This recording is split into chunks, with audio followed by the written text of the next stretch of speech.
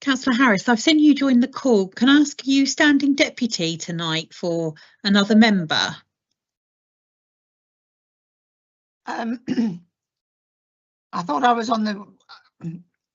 I thought I was a member, but I've got you listed as a deputy, but okay. Yeah, it might be that others do not arrive at the moment. It's just Councillor Harrison. So yeah, okay. Is Councillor Harrison on the call now? She is on the call, but Councillor Robinson and Councillor Faz are not at the moment. Okay, I can't see Antonio, but she had joined, and I'm not sure. Maybe she's gone off again. She was quite insistent I came. Okay. But I'm happily leave if you want me to. No, that's fine. I was just, as your deputy, I just needed to know if you were deputising, that was all. Thank you. Okay.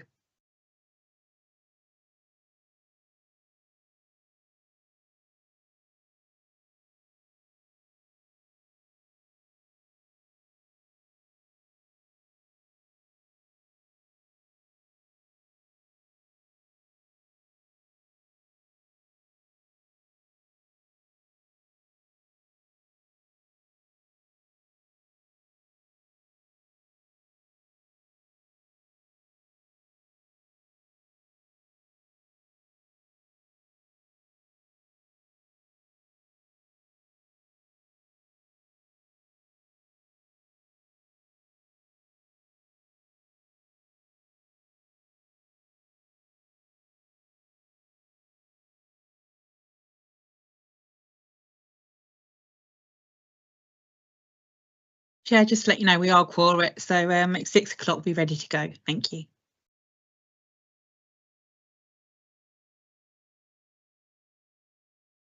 Okay, we're here. Good evening, everybody. Please can I welcome everyone to this Winchester City Council meeting of the West of Waterlooville Forum. Time is 6 PM on Tuesday, the 3rd of March 2026. My name is Neil Cutler, chairperson of the forum. This meeting is being held virtually and is being live streamed from the council's YouTube channel, and the recording will also be available after the meeting. First of all, can I ask everyone present in this virtual meeting that your microphones remain muted and your cameras turned off whilst you're not addressing the meeting, as this will reduce that background noise and avoid any unintentional disturbances. Members and officers, where appropriate for each item, please indicate that you wish to speak or to raise a point of order or explanation by raising your hand using the hand icon. And I'll invite you then to speak at the appropriate time. Each member will be invited to speak in turn. Therefore, I would encourage all members to keep contributions as clear and concise as possible.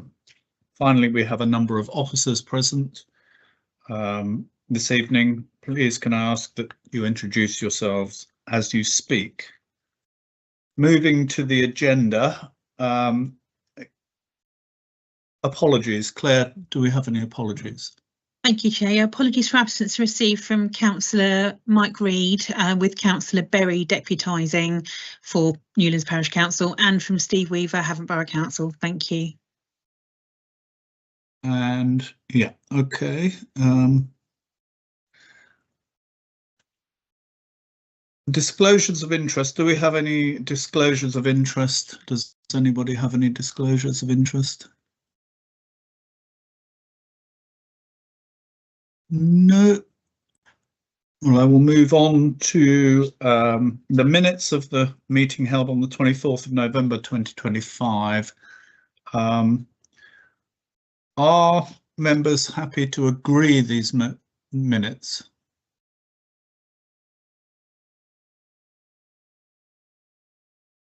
No hands, Chair. Agreed. So I'm assuming agreed. No comments that they are agreed. Thank you, Councillors Chamberlain and Langford Smith. Matters arising. Are there any matters arising from the minutes?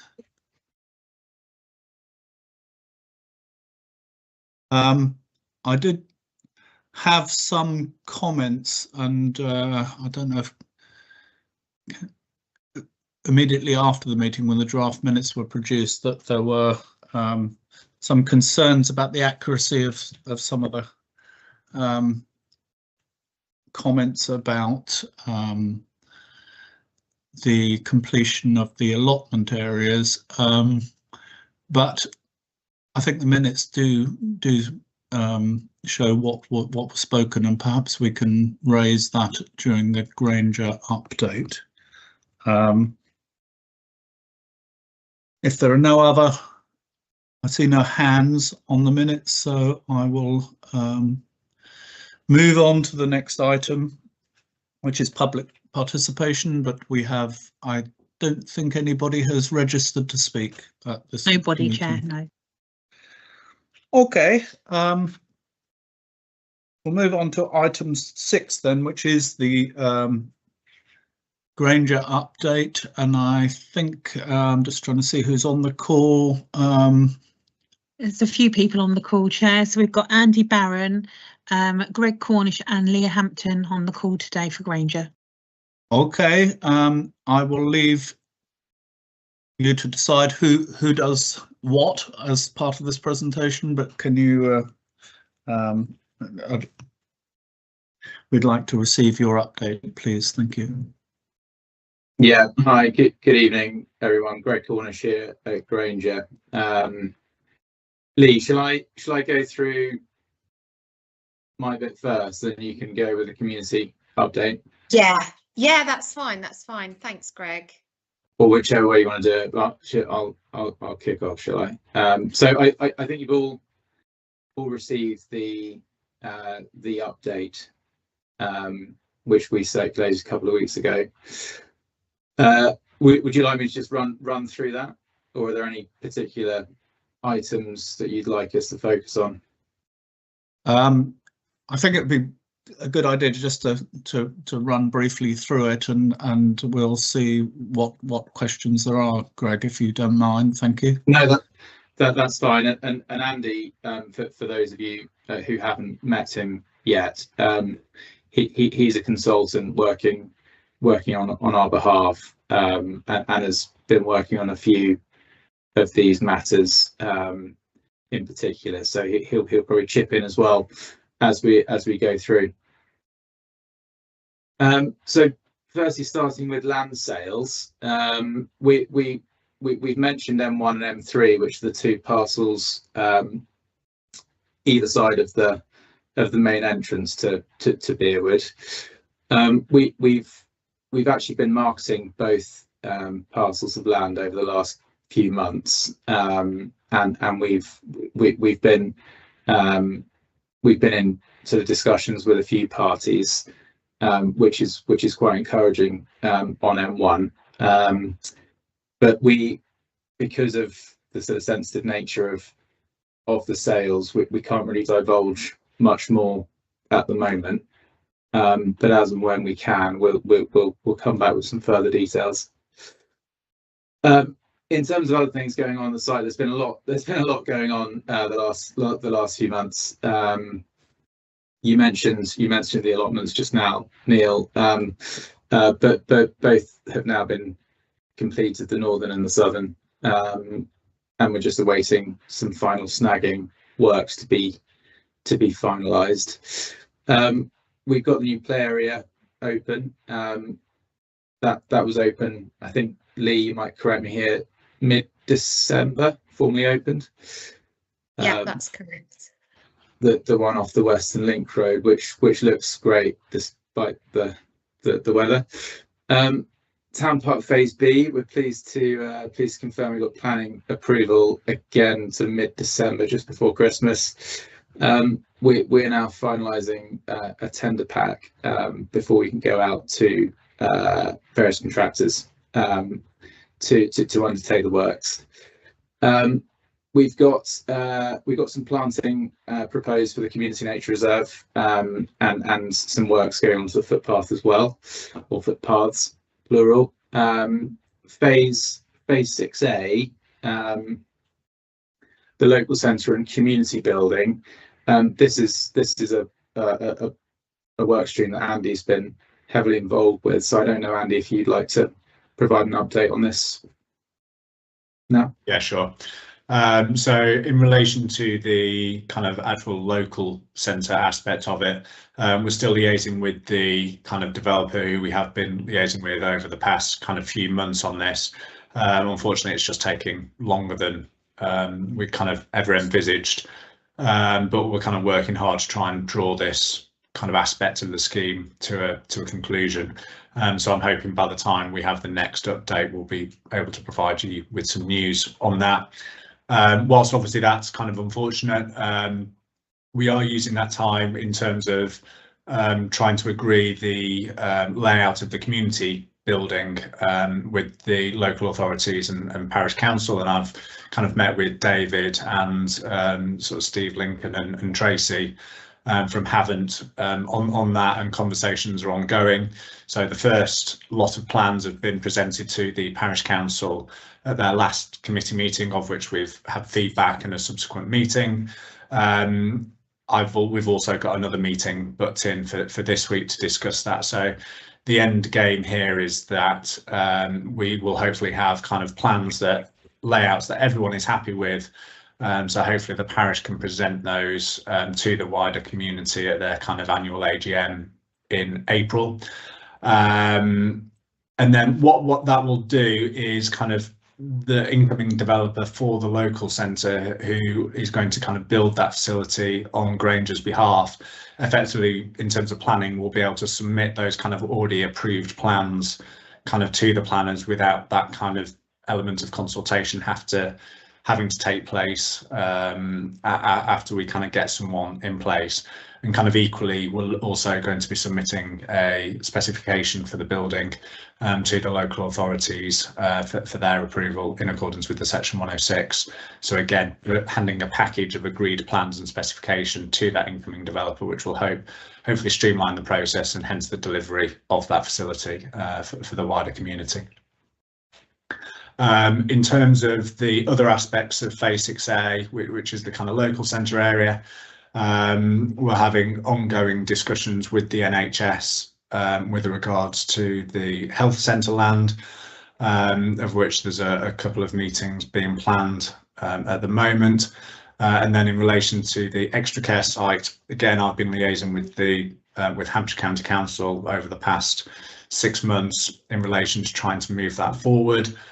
So we've just provided a revised red line on which the Hampshire team are kind of doing a revised feasibility sketch for it, and hopefully we can kind of agree that aspect of it along with the transfer, with a view that kind of that can be taken for approval within the next 6 months from the Hampshire team.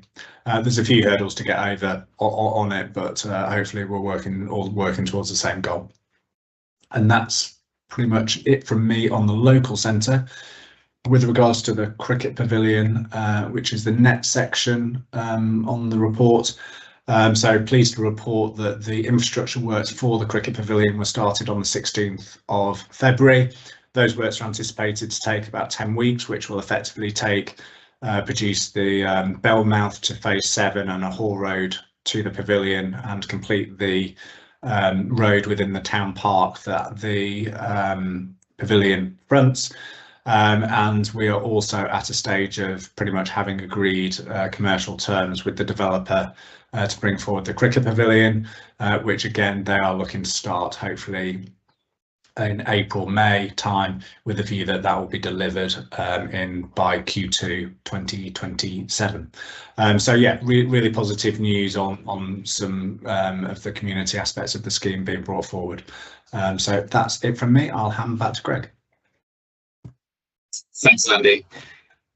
Just moving down the list, we've got planning next, and the key update really is on Blue Star land, which is the site just the east of the main application area, over which we have an application in for 69 homes. So we've had some highways objections, and most recently we've been providing some updated responses to those, and we're getting some promising engagement now, which is good to see.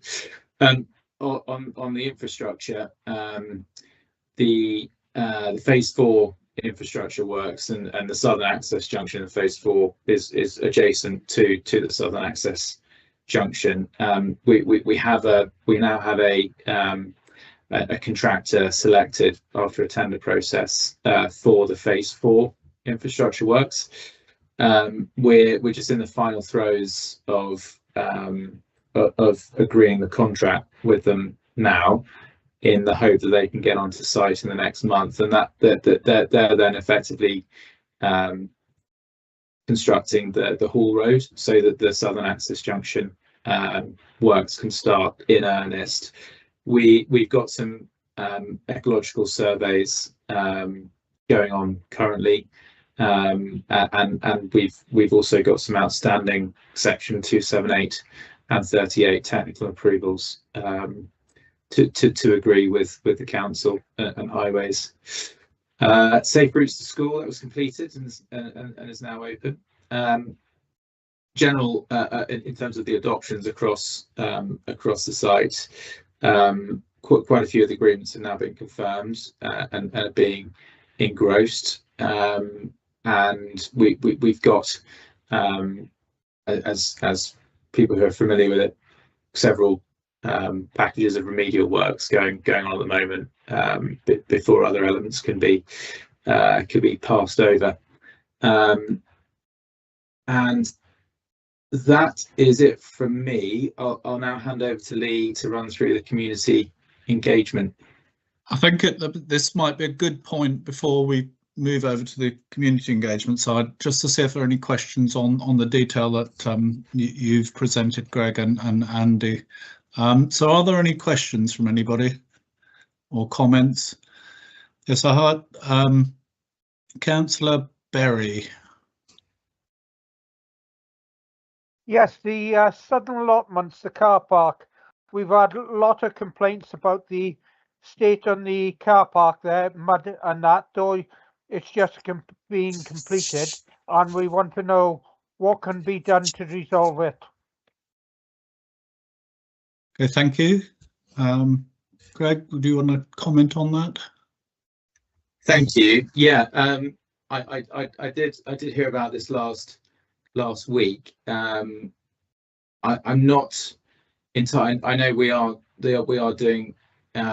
We are proposing some remedial works to it. I'll have to come back to you with the details of what those works are, I'm afraid. Thank you. Councillor Chamberlain. Thank you, Chair.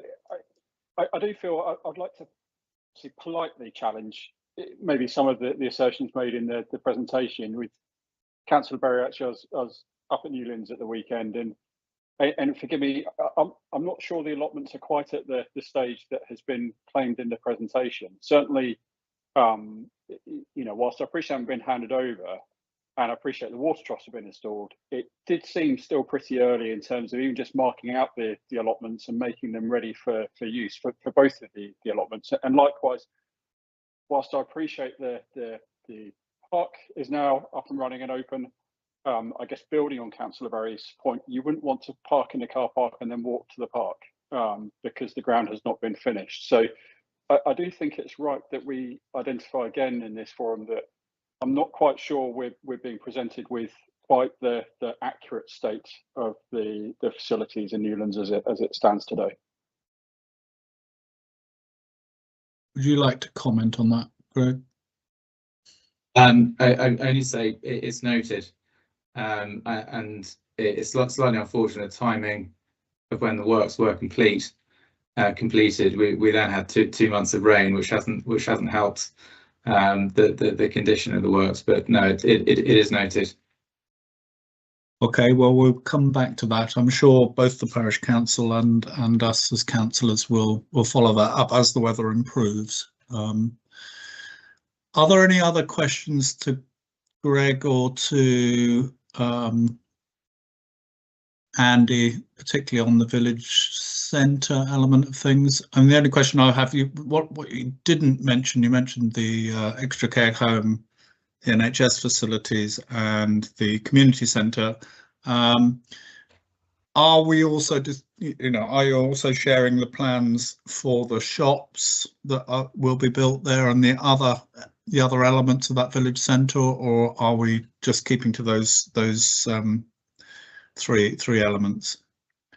I think at the moment, Neil, just until we've kind of formalised elements more with the developer, we wouldn't want to, I suppose, release those plans until we had more certainty on them. So I know there's an eagerness from everyone to see them and to sort of obviously see it delivered. But what we don't want to do is kind of present one thing that then, if something changed, then we're having to then represent something to the community with them having kind of got the hopes up with one set of plans. So yeah, I think hopefully by the next meeting we may have more certainty on it. So yeah, I think when Granger are more certain, they'll be more than happy to share the plans with yourselves and the forum.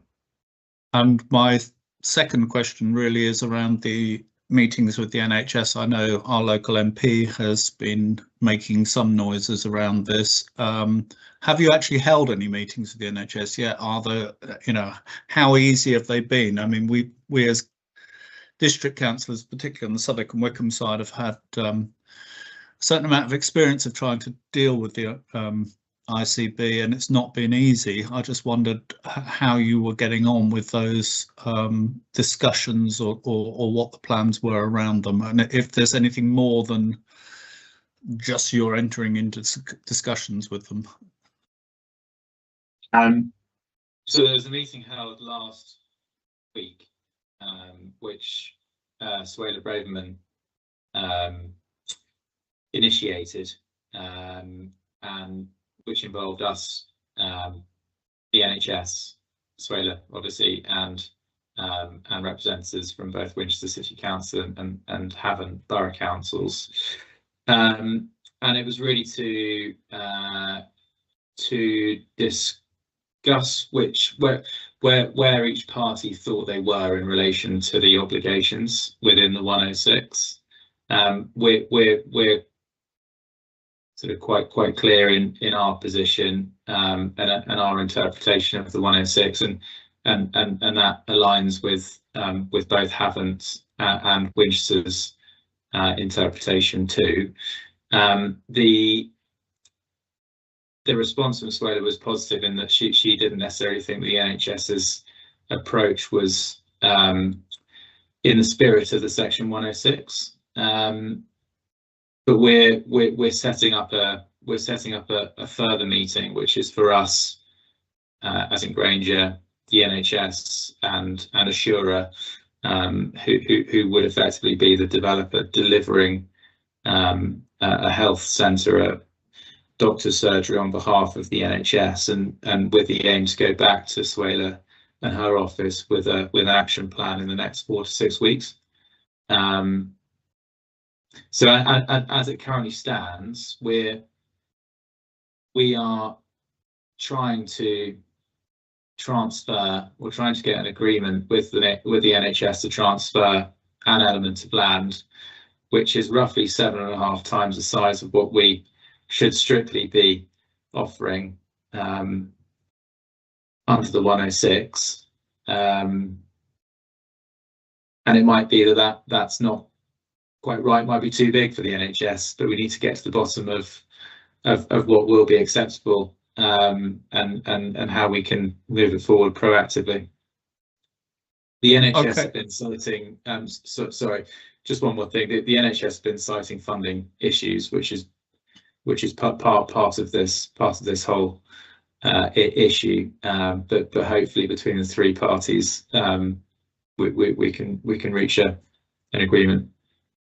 Could I request that, when you have some movement and perhaps an action plan there, that you might share it with the local district councillors and perhaps the parish council as well as the MP, because it'd be very Yes. useful for us to know what progress is. We get a lot of questions from residents, and if we can have up-to-date information, it makes it so much better to be able to reassure them or not how things are going. So I'd appreciate it if you could let us know how progress is going. Yeah, thank you. Yeah, that's fine. And will it be channeled through you, Neil? It can be channeled through, I mean, it'd be fine to channel it through me or through the clerk to the forum, Claire. Either way, as long as the information gets back and can be shared across the district councillor team and the parish council, just so that we can keep people updated, because it is a very live issue on the site, and yeah, sure. It's just a matter of helping that communication. Are there any further questions to Greg or Andy? If not, we'll move on to Lee's part of the progress report, and presumably that'll move on into the social value toolkit item as well. So I'll hand over to you, Lee. Hello everybody, and good evening. So last time we met, I alluded to the fact that we had created the social value toolkit, which is a tool that I use with our supply chain partners to unlock lots of different things. A lot of it is volunteering back out for the benefit of our local community. So there's sort of two parts to the pack that you've got in front of you there. So at the bottom of the Granger report, you'll see my notes on what we've been doing under each of what I term as my 4 focus areas for the Bureau of Development. So that's ecology and wildlife conservation. I know obviously you can read all of this, so I don't need to go verbatim, but we've been doing some tree guard removal down in phase 13 with various people who are associated to the development, some of them consultants, some of them contractors. And we've also had some generous donations from a couple of other partners, Celadon and Gleeds, which we're organising at the moment for some bulb planting and wildflower seeds and some soil that's going to be donated to the primary school. Going into education and training, we had a couple of workshops at the end of last year, and this week is my favourite week of the year. It's National Careers Week. So we're probably going to be out meeting with well over 600 to 700 students over this week. So I was in 2 schools today, 1 school yesterday. I'm at Fareham College tomorrow. I'm at Oaklands on Thursday and Friday, and that's pulling in partners on Beerwood to come in and support you in schools, talking with young people about the apprenticeship opportunities they might have, or T-level placements, offering work experience placements. Some of them are just general conversations about job roles and pathways into those jobs. Obviously, we tend to focus on housing and construction roles because that's where the specialisms of most of those people that are involved with the project come from. So yeah, we've been in secondary schools, colleges, and I was actually in Newlands Primary today. So I did a little presentation to 11 pupils, which was lovely, about how the school was built. I showed them some of the images, some of the photographs that I had taken during the project, talking to them about what a modular build is, how timber is sourced and put into buildings, and how the timber is sometimes repurposed into other buildings. And they got to question me about my job. That was hilarious because they're only in year R. The questions from the students at Crookhorn went a little bit deeper today. So I was interviewed by 200 students in year 9 today and 200 students in year 10 yesterday. So a lot of what we are unlocking from social value is, like I said, volunteering. So if I just go on to a couple of the slides, if I can share my screen, I can go into that and share with you what I've been doing. So these had actually been prepared for another presentation, but I thought they were just quite useful for you to see. Let me just move that box down so it's out the way. So this is the front page of the social value toolkit. It's really written in a tone of voice that anybody should be able to understand. So some of our tier 1 contractors like Morgan Sindel last year, who built the 2nd primary school, have a social value lead. They understand very clearly what social value is about. They're used to having these discussions with local authority and setting KPIs with the local authority. Obviously, some of our consultants and our subcontractors have not come across this term before, and they don't understand what our expectations are. So we've written it in a tone of voice that should be easily understood by everybody, and obviously I'm there to guide them through. Same as for my own work stream, I've split this into 4 areas. So I will go out and ask partners, how can they support our community partners out with funding or resources under these 4 areas. So obviously I've given some examples in the past with you, so you are tending to see how I steer funding and commitments, and so that they can sit under these headings. But we can be quite flexible, and these are very much based on wish lists that I received from the local community. So I went out to community groups and charities that I'd already worked with over the last 12 to 18 months and said, what is it you need to continue delivering what you deliver for the benefit of the community? Is it, simple bits of resources? Do you need additional funding to support a project which you've trialled for a certain period of time? It's going well, but you need additional funding for that. And then I can go and take that to the supply chain partners, and it's up to them really to work with me to select what they would like to fund or, support with resources.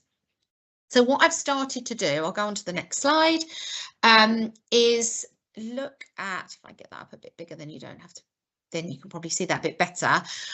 So behind this sits a relatively large spreadsheet that I've created, which lists every single initiative that is under the social value heading and who has supported that initiative. And that ranges from things like our drop-in surgery that we do for residents, to like tree guard removal. It could be going in and supporting the school. It could be one of our schools is looking for support with some laptops and some construction equipment for students at Crookhorn who are studying for the construction GCSE. So at the moment I'm talking to a couple of the contractors and the developers about giving over some of the tools that they use at the end of a cycle of build. Sometimes they can't take them on to the next development, so they would be gifting those to the schools. So we're trying to unlock that at the moment. So basically, when you look at these figures, up here is kind of my budget, if you like, the Grainger expenditure, and that can include, a big part of that is on the Beerwood News and the website. So anything that comes under communication is included in there as well.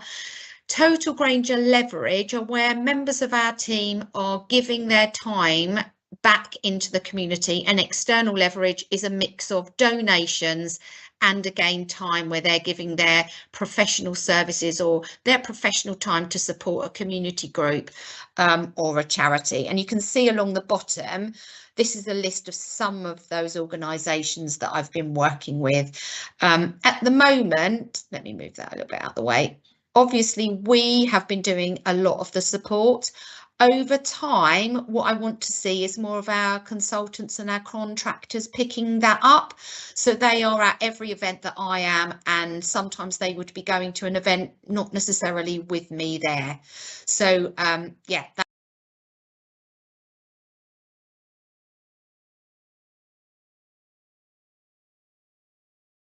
Sorry, Leah, your microphone. Sorry, Leah, you muted yourself, yeah. That's not very helpful. So sorry, for every £1 that Grainger has as an expenditure, we're unlocking £4. So that's quite a strong social value output. It's done it again, I'm afraid. Muted. Yeah. I think you've just she's just. Yeah, it just keeps flicking over. So I'm just going to take you into the final slide and get that up. Bear with me. Sorry that I had to come out and go back in again. So this final slide I was asked to do by the internal comms team, but I just, oh, that's not very good, is it? Why is it still doing it on that one? Bear with me. Technology. Okay.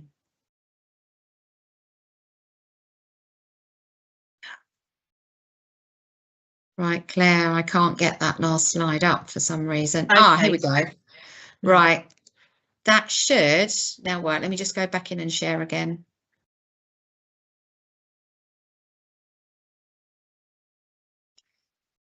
Right, are you seeing that one? We are. Yes, yes. Okay, finally it works. Let me try and do it as a slideshow. That's better. That's what I wanted. So, and this kind of just gives you a snapshot, really. I did it as an infographic for Suella Braverman's visit. So these numbers are bigger now because obviously that was a few weeks ago. And now we're in National Careers Week. Like I said, I'll probably see a good 600 students this week. So it will obviously the figures will be higher. But that just gives you a little snapshot of what's been going on in the last year with regards the community development work and how we're using the social value to support our local community partners. So I will leave that there. Is there anyone who's got any questions about that?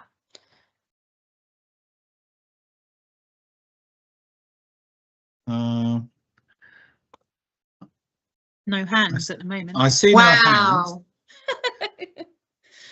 So thank you very much, Lee, for that. And more broadly, are there any further comments, questions, debate about what we've heard across the piece from the Granger report?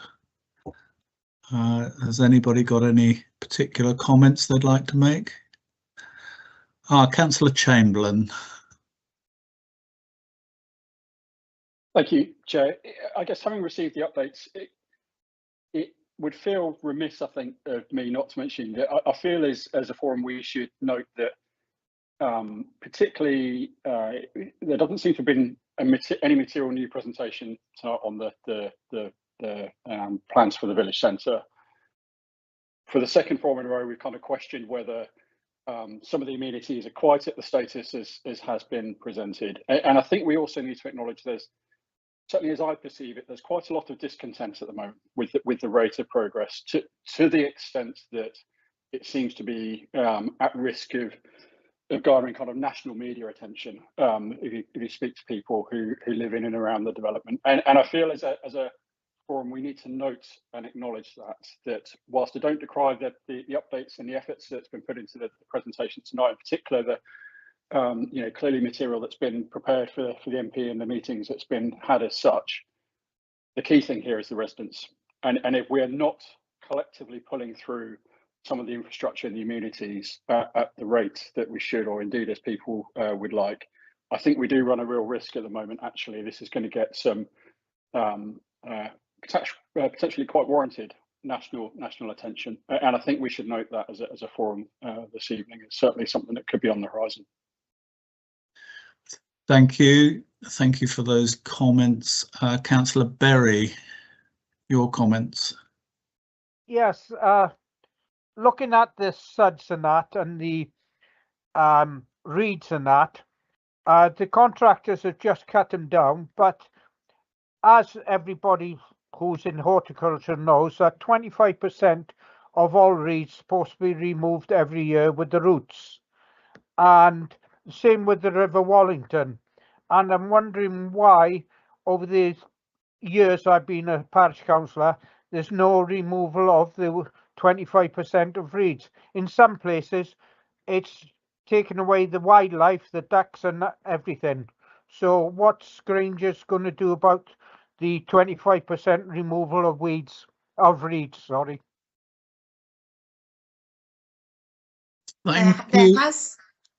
Yeah, I mean, obviously, Councillor Berry knows we've got a new estate management company in place and they have done considerable works along all the suds this year. I think they're looking fantastic.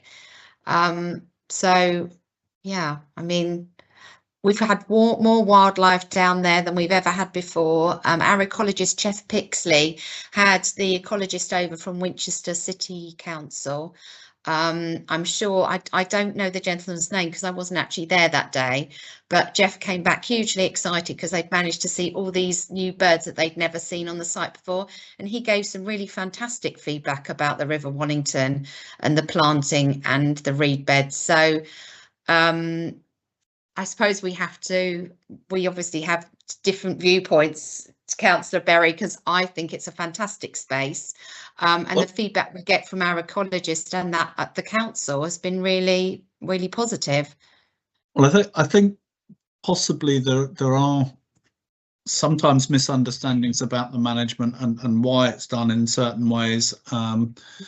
So I think it might be useful if we explore either talking to the Winchester ecologists or to your ecologists to come to the forum and actually explain what the management processes are, why they're done in a particular way, or somehow it may not be the forum, it may be better to explain it to residents, but perhaps we should explore ways that we can get the message out about what the plans are, you know, what the management plan is for those areas, and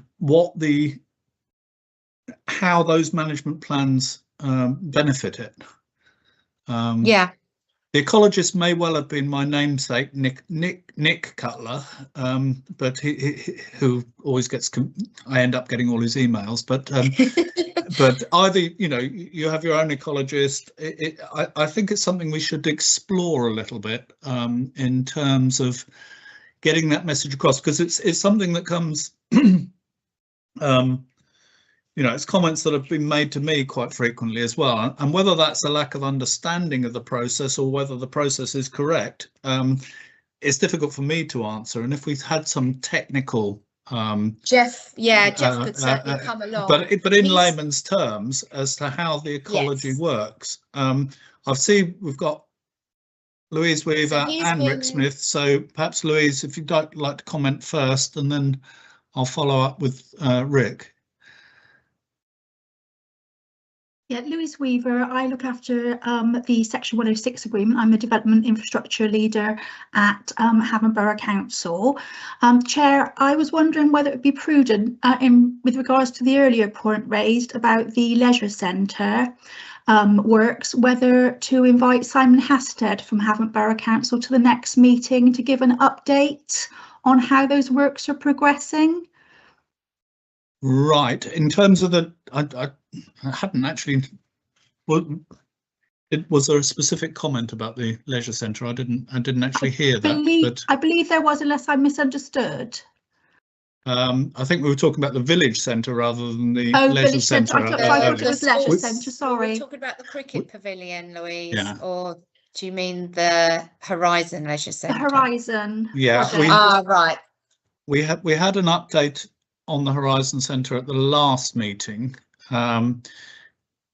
If the plans are significantly further developed, obviously we would like an update in the future, because it's very important for the residents there.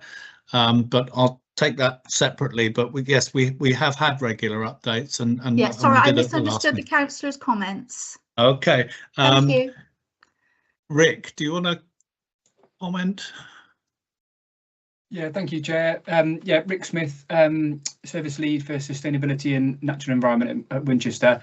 Yeah, just to come in on those comments about Councillor Berry's comments there about some of the wetlands, the Suds and the Wallington and so on. And yeah, Councillor Cutler, you're right. It would have been Nick who went out on site and met with Jeff to look at those. Relatively new to the site and so on, so he wouldn't have the ins and outs of the management for all these sites. I'd have to say I've been out on site quite a few years ago in a different role when we were looking at the Wallington and the naturalisation, looking at that with Jeff, and I think it's a really great example of that, the work that could be done there. I totally take Councillor Berry's comments that it, you know, the reeds cutting and so on, but I think it is a really good idea to just get a bit of explanation, make that available to the public on how complicated some of these habitats and systems are, why one thing which is right in one area might not be the same in a different area, and so on. And Jeff and I did discuss quite some time ago now, actually, but just some really simple before and after photos on some of the things like the Wallington would really just show brilliantly how those benefits, what we're delivering there, and some real key shots on those species that are really benefiting from that habitat management. So yeah, would support that idea of making that really accessible. Yeah, I think we did do a little article 2 Beerwood News issues back, which is on the website, but I think you're right, we could work up something with a little bit more detail, and yeah, I can liaise with Jeff on that because he's so passionate. I mean, he's been involved with the project for over 10 years, so he's been there right from the beginning and the creation of the River Wallington. So he'll have a lot of background information that he can share with me. I can happily pull that together for you. Yeah, I think it would be a good idea. I mean, I can sort of relate it from my personal experience of as a farmer, where 30, 40 years ago it was the done thing to keep everything very, very tidy, however you call it. And as soon as you go into an environmental, and you move into an environmental scheme, and it takes a while to get used to the idea that it's not manicured in the same way, and that is more effective. So I think we have got a communication problem here. We've got a lot of people moving in who perhaps have very little experience of the countryside in the same way, and I think it might be a good approach so that people can understand why things are being done in that respect. So, Councillor Crichton, I see your hands raised. So, can we? Would you like to add to that, or have you got another point? It's simply to add to that there is a similar concern about the state of the stream bed in the old Park Farm stream, the bulk of which is within the Havant area of the development. So any... Oh, lost you. You've disappeared. Seems to be a problem for everybody at the moment. I think we took your point, David, that the old parks. Once that section was maintained some years ago and cut down. Yes, sorry. When it was when that area was maintained some years ago, but no further work has been done on it, and it's become totally overgrown. I don't share Councillor Berry's knowledge of the problems, but it is in need of attention. And I just bring it to the attention of my Havant colleagues because, whilst they haven't actually taken anything on at the moment, it is within their part of the development. Okay, thanks for that point. I don't know if Louise, you want to comment on that? No. Did anyone? Oh yes, you're there. Yes. Would you like to? Yes. Yeah, sorry, Chair, I was just trying to unmute myself and find my camera button. Yes, so as far as we're concerned, we have spoken to Winchester about this. We have had a decision made by one of our directors that do not want to take on any of the MDA land. I think because of the fact that it's a shared over two district boundaries effectively, at the end of the day, it needs to be one authority that takes on the land, whatever that authority might be. And Havant aren't really interested in taking on any of the land unless they take the whole. And I understand that Winchester are already in the process of transferring some of the land to the parish council. So I think therefore Havant are also very happy for the relevant land, open space land, to be transferred over to the parish council. We have approached Granger to ask them if they can include the parish council in a forthcoming deed of variation, but we haven't had a positive response yet. Okay, thanks for that. I think we're drifting a little bit into the open spaces agenda item, but I'll just Councillor Crichton's first hand. Yes, Chairman, I will raise this later on, but as Louise has raised this matter at the moment, I was going to report at a later stage that there is a serious issue in that whilst the process of land adoption within the Granger part of the development is moving ahead, or the Winchester part in general, in Wellington Park, in the Havant part, we seem to have a situation where the assurance that we were given approximately 7 years ago that Havant is obliged, because of its signatures, the 106 agreement, that they will be taking on the remaining open space, and they already own one plot within that, which complicates the matter. I have also been told that the feedback is that they are no longer prepared to do it. And I think that comes down really to the interpretation of the 106 as to whether Taylor Wimpey are obliged to offer the space to Havant, and they can then decide what to do with it, or Havant are obliged to take it. And the point I'd raise is that land is outside the parish. It's also outside Winchester. Now, if Havant is not going to take that land on, then a solution has to be found elsewhere. Now, I know that Havant's policy is not to adopt open space in developments, but bear in mind this agreement goes back 21 years when the Section 106 agreement was drawn up. And also the meeting that we had with Vicky Offen, who was then the head of the estates team, as I say, at least, well, it's actually 8 years ago, because it was before the parish council was set up. We expected to have an objection to it. The meeting took 5 minutes because the position from Havant at that time was they were obliged to do so. Now, if Havant is not going to take on that land, then there are very few options open, because Taylor Wimpey are not in a position to pass it to a management company, as it cannot be funded from residents because there is no obligation given the length of time. Bear in mind, it's over 10 years since the last houses were built there. It has been suggested by the implementation manager that the parish council might have the land offered, but there are a whole series of issues involved in that. So I simply raise this as a matter that's got to be resolved. It's not going to be done tonight, but I want to make sure everybody is aware that if that is the ongoing position at Havant, then we do have a problem with that remaining land. Yeah, okay, well, thanks for that, David. And I think, as you say, it's not something we're going to resolve here, but we have the information and we know that it's an area that we need to attempt to resolve outside of this meeting. Councillor Langford-Smith. Thank you, Chair. Yes, I was going to raise that same point, the fact that it would not be equitable for Winchester residents to fund the maintenance of land that's in Havant Borough Council's area, and also the fact that it does cause a lot of issues if that land is not going to be maintained. So I look forward to hearing what that solution is likely to be. Thank you. Thank you.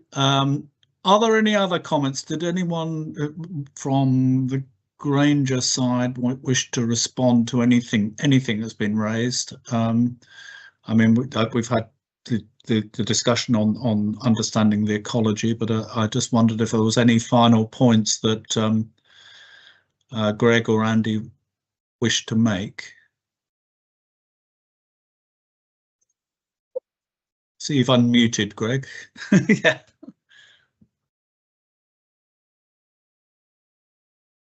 Did you have any comment you wish to make, Greg?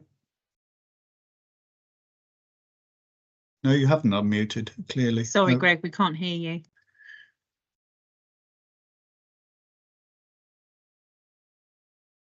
Oh, don't know what's happened there.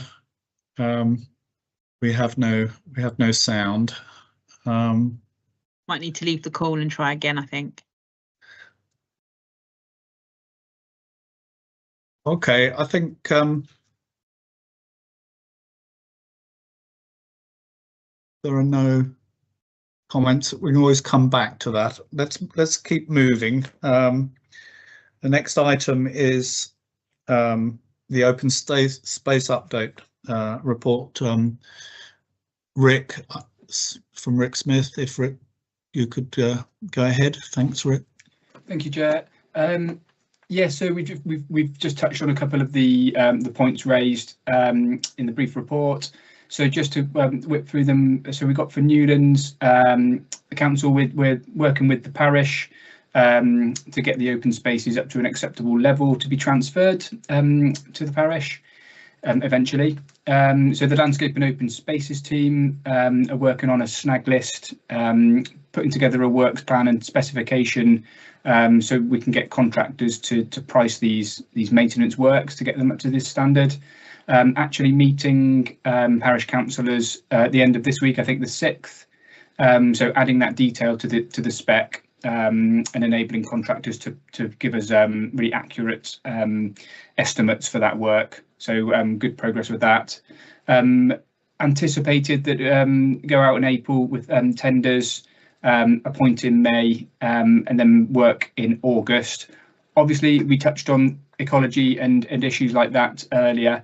If there may be some works that we might not want to be doing in August, but we will wait and see on that. Obviously, we'll be judging that on if there's any ecological sensitivities and so on. And then anticipating transfer of land to the parish council in September. That's the idea at the moment. And then just moving on to Bearwood, the council in discussion with Granger on the arrangements for adoption for these open spaces. I'm sure there'll be touch on other areas like the pavilion and community centre and so on. As been mentioned, a deed of variation will be required for the parish council added to the section 106 to allow the transfer directly from Granger to the parish. As we've touched on again, so Winchester haven't, and the parish council supporting that direct transfer, and Granger are considering this at present. So at the moment, we have requested further detail from Granger on phasing, management plans, and information to do with the commuted sum to inform the decision on land transfer arrangements and agreements. Thank you, Rick. Much appreciated. David, Councillor Crichton. Thank you, Chairman. Can I just remind everybody that when we're discussing this, we still have the issue of the town park to be resolved, given the fact that half of it is in Winchester and half is in Havant. And I do appreciate the comments were made earlier about transferring responsibility to a single entity. That was decided by the forum many years ago, before the parish actually existed. But it still has not been resolved. And I would just remind you, this is one of the issues that needs to be addressed, preferably before we get into local government reorganisation and we're dealing with two separate authorities. Thank you for that, David. I think it's a timely reminder that we need to work on this. Clearly, I'll work with our Havant colleagues to try and get this speeded up and talk to the legal department at Winchester as well as to how quickly we can get this resolved. So, and Andrew, I've got Andy Barron, your hands next on the list. Do you want to comment on this, or was it the fact that we got behind on the other? No, it was just to pick up on David's points and a few of those. There are ongoing conversations going on at the moment about the open space and discussions between Havant and Winchester about how it could work around the town park. So I believe there is a potential solution there. Obviously, Granger need to consider some of the things that have been talked about tonight in terms of kind of how that adoption process works. But yeah, there is a kind of working party with kind of regular communication at the moment in terms of that open space adoption and delivery. I think it is one of the things that perhaps those outside the sort of bubble of local government don't realise the extent to which local government reorganisation can be exceedingly disruptive at the moment. So some of these things, ideally, as Councillor Crichton has pointed out, are resolved before we move into that, which currently is timetabled as 2028. But then some of those decisions, when it comes to land transfers, if the values are particularly high, would need to be given permission by the shadow new authority, which would complicate things hugely. So there is a little bit of a need to push things on as quickly as possible. Councillor Harrison, your hand is raised. Thank you, Chair. Just to reassure Councillor Crichton that I do keep trying to resolve this issue with Havant Borough Council.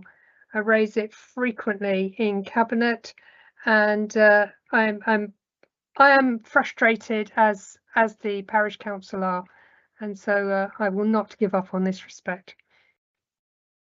Thank you, Antonia. Do we have any further comments on this presentation? If not, thank you, Rick, for coming to the meeting and explaining that, and thank you to our Granger colleagues who for the previous item as well. I left the thanks until I knew that well, I hoped that Greg was back. So now that he is, I can thank him for his input on that item.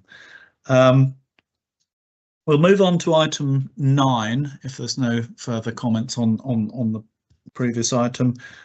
Emmeline, would you like to make your presentation on this, the plot lines update? Thank you. Thank you, Chair. Hi everyone, Emmeline Hickman, Culture and Creative Sector Development for Winchester City Council. You're very quiet. Sorry. Don't know if that's any better. No, Can you hear me it's you're very faint, Emmeline.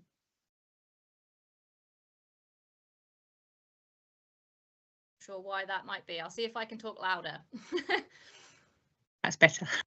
Great, thank you. So yeah, just going to do a very quick headline update on the arts programme for the development. So we back in sort of October time, the first publication was put out. We put a copy through every single door on the estate and then left some copies in the kind of community centres and things like that. It's very well received, and we got lots of feedback about the sense of community voice in there, which was very nice. And you can see that I Love Waterlooville sticker on there, which was incorporated as a way of kind of that encouragement of is part of the town as well as the development.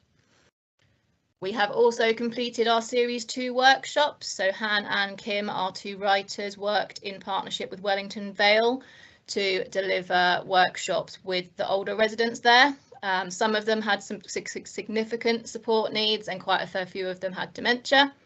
But over the course of the 10 weeks, the artists noticed an improved confidence and understanding, and the residents really understood what they wanted to do. And some who were initially reluctant to join in were taking part independently by the final sessions, which was really nice to see. And we also did a small celebration with the residents in the care home at the end. That has then led us to publication 2, which has just received approval and has gone to print. So that will be landing on the doorstep any day now. Features a lot of the work from the care home residents, and there's a lot in there about memories and place and, you know, growing up in Waterlooville. So the sticker this time around has that established kind of nod to the heritage of the area in there as well. The writers, Han and Kim, both have connections to the area, so they've included some of their own pieces around their own memories of the area. And of course, there's more in there from our writer in residence, Aoife, as well. So keep your eyes peeled for those landing very, very soon. The 3rd series of workshop is also almost complete. So we've had Anna and Lucy as our writers for that, and the focus has been on young people. They've worked with Crickhorn School and they've been to Newlands, they've been to Thrive Teen Club and done drop-in workshops at the library and things like that as well. They've got their final 2 workshops, I believe, with Dragonfly Arts later this week. Lucy is our assistant on this particular strand, and she's actually a Waterlooville resident who came to a Plotlines event early on, and she has been recruited following her attendance and wanting to get involved. So we've managed to give a local person a job there as well, which is really lovely. And because of the amount of work they've already done, the work on volume 3 of the publication has already started. Aoife, as our writer in residence, has been really instrumental in those publications. She's been acting as a bit of an editor throughout the process, which has been really useful. And she's also continued to attend events and go to workshops and doing interviews and getting to know the area. Many of the writers have commented how invaluable her mentoring has been. So there's been growth and development and confidence building within the team itself as well, which has been great. And then Aoife's also been working on the development of the concept for the final output, which I'm going to talk a little bit about now.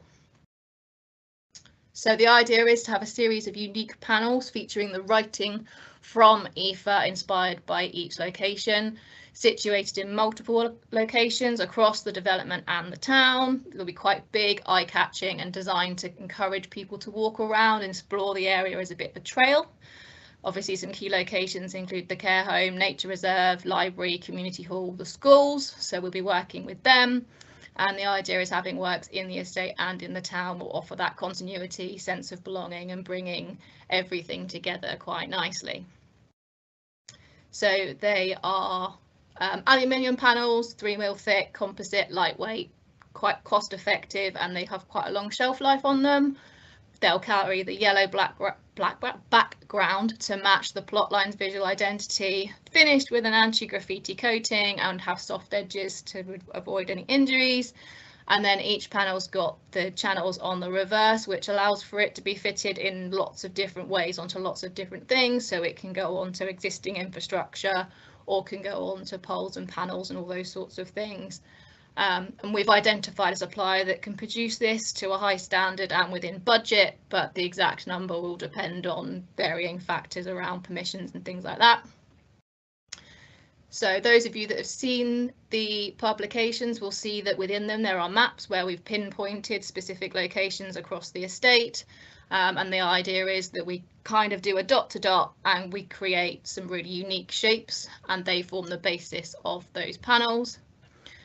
The panels then become a family of panels. They're individual panels dotted around, but they should be unique enough and coded enough that you can see them and know what they're part of. They could also be brought together and become one bigger piece.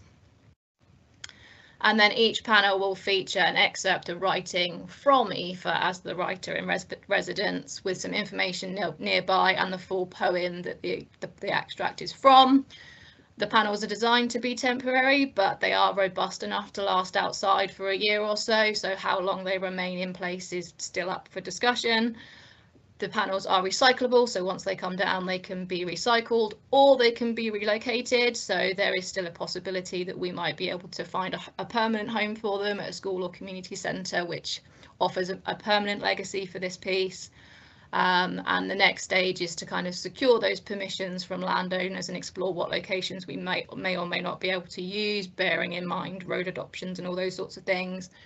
And also finalising the exact quotes that we will use on the panels, because that's all still up for discussion as well.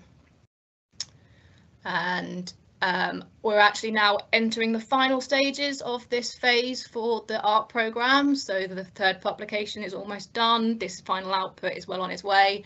So we'll be working on evaluation, and we'll be sending out a short survey to members of the forum, and we really would appreciate feedback, and then our evaluators can work to gather as much feedback as possible. And then between them and Studio Response, we'll have some recommendations on what the next steps might look like. I'll stop sharing there, and if anyone's got any questions, just let me know. Thank you, Emmeline. Councillor Harrison. Thank you, Chair. Thank you, Emmeline, for your presentation. I noticed in the beginning you showed an I Love Heart Waterlooville sticker. Just to let you know, if you haven't seen it already, that there is a Love Waterlooville logo that has been designed for Waterlooville for the, well, essentially for the Traders Association, but it is a brand that we're trying to make better known. So perhaps you know Laura Jones in Regeneration. She Yep. can let you have that for any future use. Thank Fabulous, you. thank you. Thank you, Antonia. Councillor Chamberlain. Thank you, Chair. I know, so the agenda item for tonight is an update, and I appreciate, obviously, we just presented to us kind of the final output of this phase. The concept that you're presenting, what are we been asked to sort of review and approve on that tonight, or is that now going out for evaluation then before implementation? I guess I'm just curious as to what the ask of us is tonight, or is it just to note where the project is at overall? Very happy to take comments and questions. It's a evolving process. It's not necessarily final, but we are kind of in that consultation point is now essentially. Okay, and the evaluation that you alluded to on the slides, will that include evaluation or feedback then of the proposed signage and the materials to go up? Yeah, so that will be the whole programme will be then evaluated. So we'll have questions on each element. Perfect, thank you. Are there any further questions? Well, I think thank you for that presentation. I think you've done tremendous work in getting community involvement in this process, which I think is key for it working, and be looking forward to when you get to the stage of getting the signs up. I think there was a comment from Councillor Langford-Smith about being concerned that the yellow might be confused for highway signs, but I think the shapes probably mean that they're unlikely to be confused. Yeah, we're making sure the shape is iconic, and we will take consideration on the proximity to roads into our planning. Yeah, and it struck me that the yellow wasn't quite the yellow that tends to be used on diversion signs and things, but yeah, I think it is important to make sure that they don't cause any confusion. And but no, the project seems to have been highly successful, as I say, in community engagement, and it'll be great to see this stage completed, and then look forward to what ideas come forward for the next phase. Thank you very much for coming. Thank you. Right, so we'll move on to the item 10, which is the Newlands Parish Council update. Councillor Crichton, do you wish to comment on it or to add anything? Yes, thank you, Chairman. Can you hear me? Yeah. That's fine. We can't see you, but we can hear you. And yes, a number of items in this we have already covered in previous matters. So if I can, unless some questions afterwards, if anybody wants, but if I could just cover the things that have not been so far referred to. Amongst the things that have been achieved, you'll note that the long-standing issue about tree planting over the sewage easements, which was preventing the transfer of the last remaining piece of land from Taylor Wimpey in the open space there to Winchester, that's been resolved. And I had a very helpful meeting with Clive Woodrow, the implementation manager, and his landscapers, as a result of which the work started immediately. So that has actually been attended to. The dog exercise areas have not been referred to, so if anybody's not aware of that, the plans are to install 2 of those. We're waiting for the final details of them, and that will be covered as well.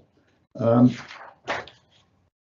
far as the issues are concerned, you'll note number 1 amongst those is the question of the proposed footpath from Brambles Farm across to 2 of them, one to Houghton Avenue, which has already been agreed and for which we're still waiting for sanction, and the other one is the footpath which comes across to the top end of Houghton Avenue by Proxima Park. Councillor Harrison may wish to make some comment on this, but so far nothing's happened, and there was the possibility of a meeting with the new director at Havant which I would welcome, so we can at least take this through. The other question on the issues, which is critical, is the outstanding failure for Southern Water to agree the Section 104 agreement with Taylor Wimpey. I have raised this with a number of people. I raised it at the water conference that Suella Braverman organised, and I had been promised a response which I haven't had yet. And as everybody aware, the last houses in Wellington Park were built over 10 years ago, but nothing can be done on adoption of the roads or the surrounding areas until the 104 agreement is being signed. And I'm afraid every time that Taylor Wimpey get near to concluding it, there seems to be a new clause or requirement that's raised by Southern Water. So I simply raise that as an issue, which is a critical one, which is holding up any further progress with adoption on that side.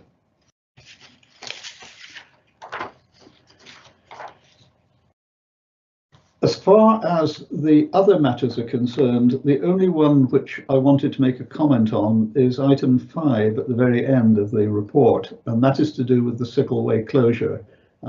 Those who were involved in the circulation will be aware that the response that we have now had from the County Council, from Highways, is that regardless of any of the issues that have been raised, and particularly the objections of fire and rescue, they are still planning to go ahead with the closure. I have to say that I am at a complete loss to understand what the logic is with this. Bear in mind that this refers to something that was specified in a rather small part of the planning consent 21 years ago, and the conditions have changed. And it would appear that the only option that we're now left with is to challenge the TRO that will be necessary as and when we get to the closure. This goes back to the previous comments that I've made about the 104 agreement, because obviously nothing can be done until that road is adopted, and that, along with the rest of it, is dependent on that.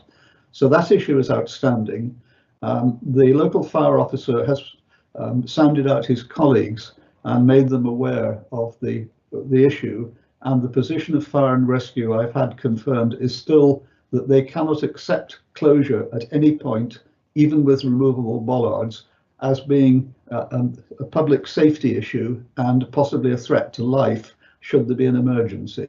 So I simply leave that on the table, as I suspect it will be coming up at the next session we have. Right, if anybody has any questions, I'll be happy to answer them. Thank you, David. Do we have any questions on the parish council? I think I had a discussion with Councillor Harrison about that footpath, and I think she's well aware of the need to get this moving, but it does seem to be one of those intractable problems. We seem to have several intractable problems that have gone on for a long time. So I think it's quite pleasing. There's been quite a lot of reports of progress at this meeting, and we will get there in the end, but there are certain things that have been coming up for years which are really frustrating that we can't get them resolved. I'll move on to item 11, any other business. Is there anything else that anyone wishes to raise this evening? Chairman, could I, whilst I'm still here, could I just add, I think everybody is aware that Councillor Reid is indisposed and not able to be with us, and I just wanted to pay tribute at this point to the work that Councillor Reid has made over the many years. He's been involved with the forum probably longer than I have, and I think anybody else, and I'd just like to put on record that our appreciation of all the work that he's done. Yes, I'd echo that. Thank you, David. So the final item on the agenda is to note the dates for the meetings in 26-27. That's the 18th of June, 23rd of November and the 2nd of March, by which time we'll have some idea of what the future holds in terms of local government, and let's hope we can make progress on some of those seemingly intractable problems, like the agreements with Southern Water in Wellington Gate, the open space, the Havant open space, and the broader open space transfers. But on the positive note, I think if we can have an update in the future on how the ecology works, particularly in the Suds and on the River Wallington, I think that would be really helpful. I'd like to thank everybody who's attended, our colleagues from Granger for their detailed presentation, officers from Winchester and from Havant for attending, and councillors. So thank you all for attending, and I declare the meeting closed. Thank you all.